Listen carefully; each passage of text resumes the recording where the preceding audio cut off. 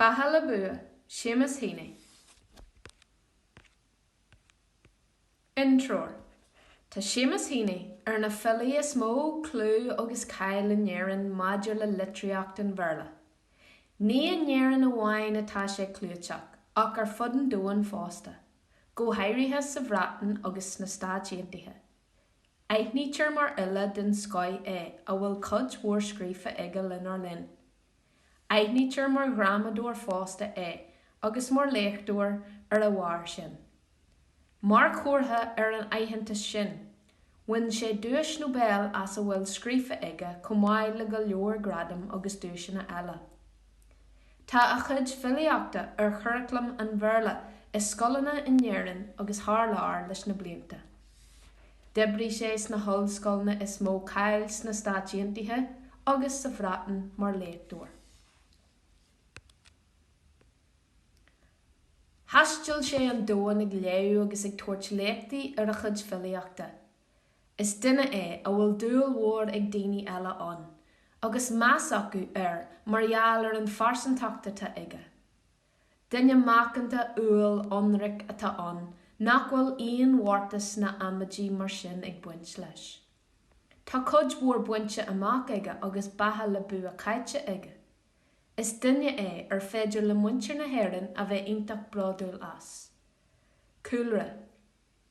Rugadh Seamus Heaney ar an 13 abran 939 in neisceart chundaí gara. Tógadh ar aramé agus scríobh sé faoin síl sin faoin tua ina chuid filiachta níos muille anón ina híal. Bhí níon ar páistí sa teaghlach agus éisin an duine sinne acu. Mariú dearthar a bhain dá nuair nach raibh sé ach ceithre bliana d'aois. Thuaidh sin go mór a bhaim mar Seamus agus blianta ina dhé sin scríobh sé roinnt dananta faoi seo i gcuimhne ar a dhearthar. Drastal sé ar bhain scoil áitiúil agus an sin ar chalaiste níomh calam cille in nnéire. Sa bhliain 1957 thuaidh sé ar ollscoil na banríonna imeall firste le staidir a dhéanú ar an bhaile. Is an sin a chuir sé spéis sin iliacht den céad uair. Bhain sé céim amach sa bhaile in 1961. Bhí sim ige sa múinteoireacht agus thuaidh sé an sin ar chalaiste Joseph le cur sa múinteoireachta a dhéanú. Tá chalaiste Joseph inis mar chud de chalaiste ollscoil a níomh muire ar mhóthar na bhail imeall firste. Mar chud den cursa sin, chaith sé tamil ag teagais go man scoil áitiúil. Bhí Mícheál Mac Leabhartaí ina phríomhaide ar an scoil ag an am. Ba scríbhneoir é Mícheál Mac Leabhartaí fásta agus spreag sé Seamus go mór le dul leis an iliacht. An fila óg. Sa bhliain 1963, Hannig sé arás go chalaiste Joseph mar léichdúir lean aimsirthe. Faoin am seo, bhí Heaney ag scríobh filiachta go rialta. Fuil siú a chiad bháileach an dananta sa bhliain 1965 darteideal 11 poems, mar chud de éile ollscoil na banríonna. Agus sé Death of a Naturalist áfach a aithnítear mar an chiad bháileach an ceart a scríobh sé. Bhain sé roinnt dúiseanna as ar a chun sin agus is báilechan é a bhfuil dúil mhór ag daoine an go fáil. Aithníú an sin mar uile daoibhríre é, ach bhí post lárnaimsirthe de dhí ar fásta. Agus in 1967 fuair sé post mar léichdúir béarla in ollscoil na banríonna. Linn an am seo, dibrí sé ar an iliacht chomh maith.